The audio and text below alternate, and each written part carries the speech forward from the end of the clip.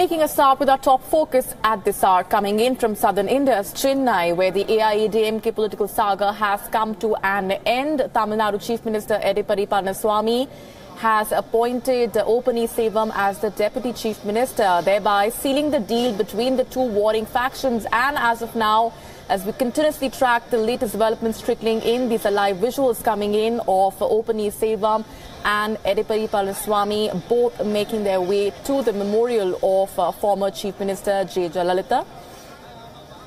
Remember, just a short while back, we got to the latest developments on the two warring factions coming together, finally sealing the deal of mergers after months of speculation and twists and turns, back and forth taking place today as well, earlier in the day.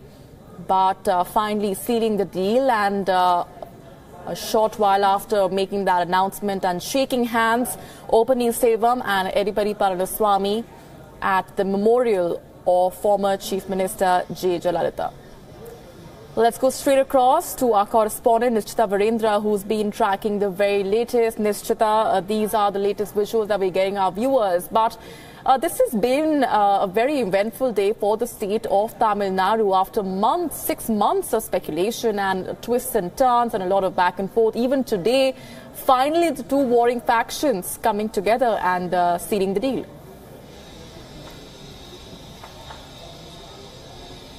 Absolutely, without a doubt, and agreeing on various contentious issues. The multiple demands that had been put forth by Palaniswami-Panneerselvam have been worked on, and the fact that someone like Palaniswami-Panneerselvam, who has the support of barely about 11 MLAs, really coming together and bringing EPS down to his knees, making EPS agree to all his terms and conditions, go on to show that there is a bigger force working behind this mediation that took place over the last few weeks and maybe even a few months. So it goes without saying that BJP will be the biggest gainer from this merger that has taken place today. Of course, something else that we really need to look forward to is now, of course, you have Palaniswami-Panneerselvam, who has agreed to our Deputy Chief Minister as well as the finance portfolio. Many within the OPS camp have also received cabinet berths, but AIADMK will now have to function with two players.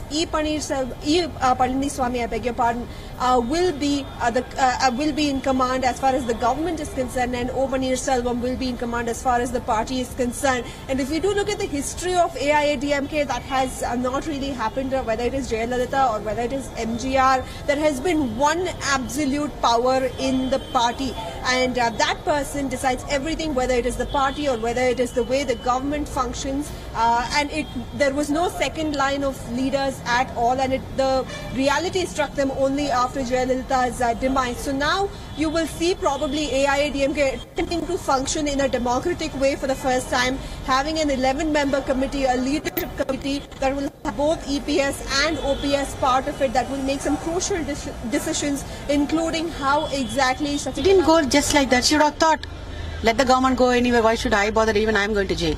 But Honorable Chinnamma didn't do that.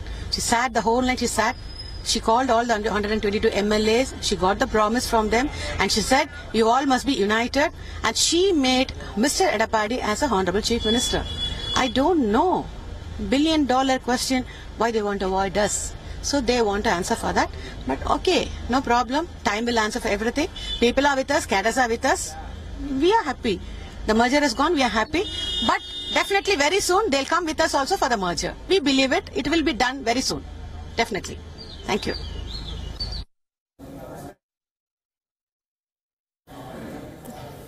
That was C.R. Saraswati of the AIADMK addressing the media just a short while after that merger announcement was made. Sorry to interrupt you there, Nischita.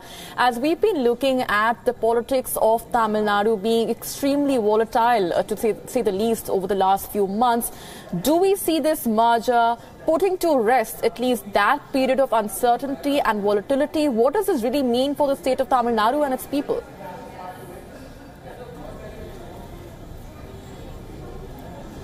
Well, it means a lot of changes. Yes, it does put an end to the phase of uncertainty that Tamil Nadu was under after O. Panneerselvam rebelled unexpectedly overnight, even as Sasikala was set to take oath as the Chief Minister of the state of Tamil Nadu just a few months back. But now, as I was mentioning just some time back, AIADMK for the first time will try to function as a democratic setup. You will have an 11-member leadership committee, you will have a steering committee, and these committees will be looking at functioning of the party. And as I mentioned, there will be two power centers, EPS as well as OPS. So who will have the signing authority?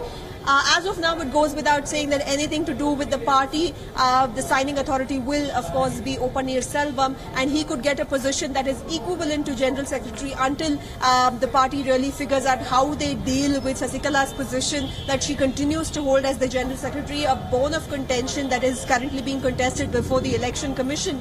And then EPS will be running the government as he has been for the last 6 to 7 months. So how will this really work out for the AIADMK? And if we do believe all the murmurs, of course we know Guru Murthy, the Sangh influencer, has been the mediator between the two factions. So how much influence will the BJP, will the RSS also have in the functioning of the AIADMK government in the state of Tamil Nadu? These are the questions that will haunt the party in the coming few months, and we will get answers based on who is really the boss in Tamil Nadu's AIADMK. I was just coming to that, Nischita, because after the many twists and turns that we've seen coming in, not just over the last few days or weeks or months, but even today, over the last few hours.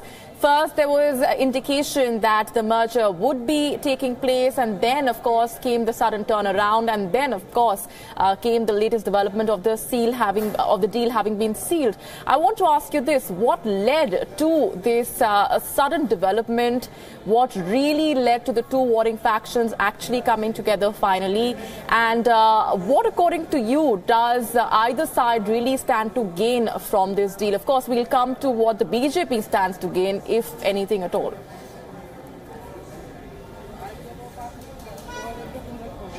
Right, as far as E. Palaniswami is concerned, yes, he was appointed as the Chief Minister of the state by V.K. Sasikala before she was arrested after being convicted in the disproportionate assets case. But on the other hand, O. Panneerselvam clearly had a larger influence on the people of Tamil Nadu. The fact that V.K. Sasikala, who had not held any public post until then, rose to the position of General Secretary of the party, also was appointed as the Legislative Party Chief and was all set to take over as the Chief Minister. And WION was on ground at that moment, tracking all the developments, and the feel on ground was clearly in favour of O. Panneerselvam, although he had just 11 MLAs in his kitty and continues to do so. As far as Panneerselvam is concerned, it has been reiterated multiple times that he has a larger driving force of the BJP working behind him, giving him that strength and push despite having just 11 members along his side. And among those 11 members, nearly 3 MLAs did not support him in his merger plans, and the talks were going on in the last few days over the same. So the last minute glitch that we saw today, ideally the merger was supposed to happen somewhere around 12:31, and that got delayed by about a couple of hours. So the last minute glitch is attributed to O. Panneerselvam putting down the condition that they need visible proof that V.K. Sasikala will be sidelined, and later they do not want to wake up to the reality that nothing has happened to V.K. Sasikala. She continues to be the General Secretary, and the Election Commission also has not decided on the same. So O. Panneerselvam, irrespective of how he has been in the last few months, continues to be probably the most staunch loyalist of the late J. Lalitha. So while on one hand he gets to come back to power in many ways in the party as well as multiple developments. Yes, Nischita, we will of course keep tracking the very latest. Sorry to interrupt you there. We are having to move on to other news that we are tracking at this point. But of course, Chennai remains our top focus, and we'll keep coming back to you for more on that as well.